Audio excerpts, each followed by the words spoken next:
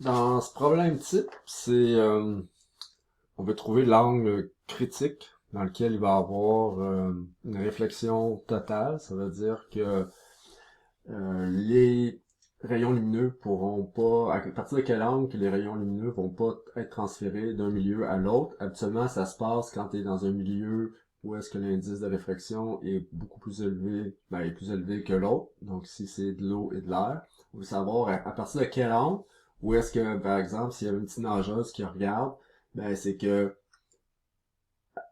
selon un certain angle, le rayon lumineux, par exemple, qui va devoir partir de son œil et s'en aller plus loin pour pouvoir voir.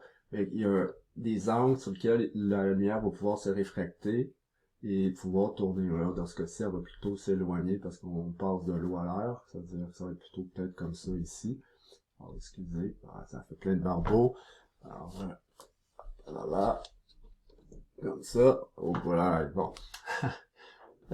Ok, donc, ça risque de faire ça, mais là, il va y avoir un certain angle, à un moment donné, un angle critique, où est-ce il y a plus du tout de rayons lumineux qui vont pouvoir être réfractés, ils vont complètement être réfléchis, ça veut dire qu'il y a un angle pour lequel, que ici, le rayon lumineux va faire ça. Il va suivre réellement la surface, donc il sort plus du milieu qui se trouve à être l'eau dans ce cas-ci. La formule pour trouver ça, c'est ça. Donc, le milieu dans lequel on veut envoyer le rayon lumineux, mais là, le milieu dans lequel il part, puis là, l'angle critique. Dans ce cas-ci, c'est bien sûr, ça va être le signe -1 parce qu'on cherche l'angle.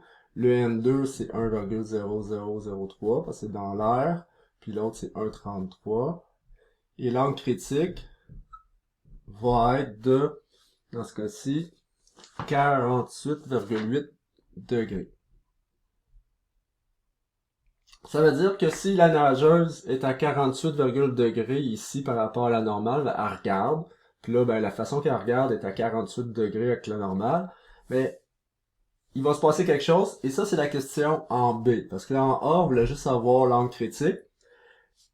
En B, on veut savoir si l'angle était de 40 degrés ici. Donc, si l'angle était de 40 degrés, ça veut dire qu'on est en bas de l'angle critique, qui est 48,8. Ça veut dire que la petite nageuse, si elle la regarde, elle va voir qu'est-ce qu'il y a à l'extérieur. Bien sûr, c'est réfracté parce que si par exemple elle voit un arbre, quand le rayon lumineux va partir de l'arbre qui va arriver ici, là il va se tasser, puis là il va arriver dans ses yeux, mais dans le fond, ça va être trompeur un peu par rapport aux distances, mais elle va quand même le voir, ok? Parce que dans le fond, les rayons lumineux peuvent réussir à passer de l'air à l'eau et de l'eau à l'air sans trop de problème. C'est parce que est à un angle de 40 degrés, ça veut dire qu'on va voir l'extérieur. Donc, euh, elle voit à l'extérieur de l'eau sans problème. Parce que la lumière passe d'un milieu à l'autre sans trop de problème parce qu'elle est en bas de l'angle critique. Elle voit à l'extérieur de l'eau. Sauf que là, on me dit si l'angle finalement, la façon qu'elle regarde est vraiment à l'angle critique, donc est réellement à 48,8 degrés.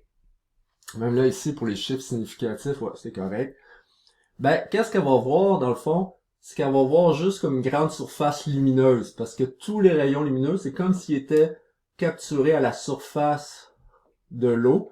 Donc, tout ce qu'elle va voir, c'est de la lumière à la surface. Donc, c'est comme si elle était, dans le fond, éblouie. Elle voit la lumière à la surface.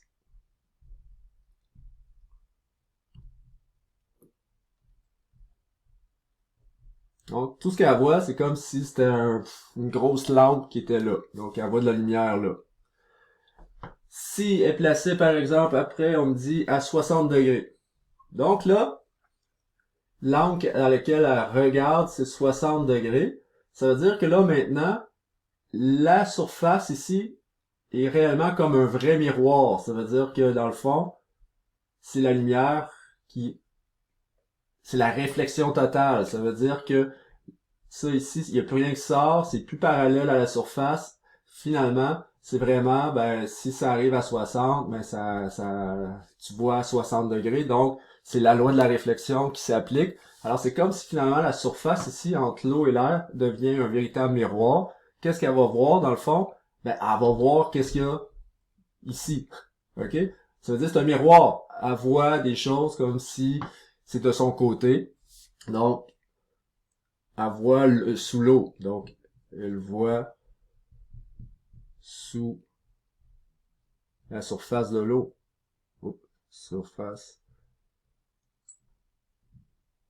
de l'eau. Donc, ça agit comme un miroir.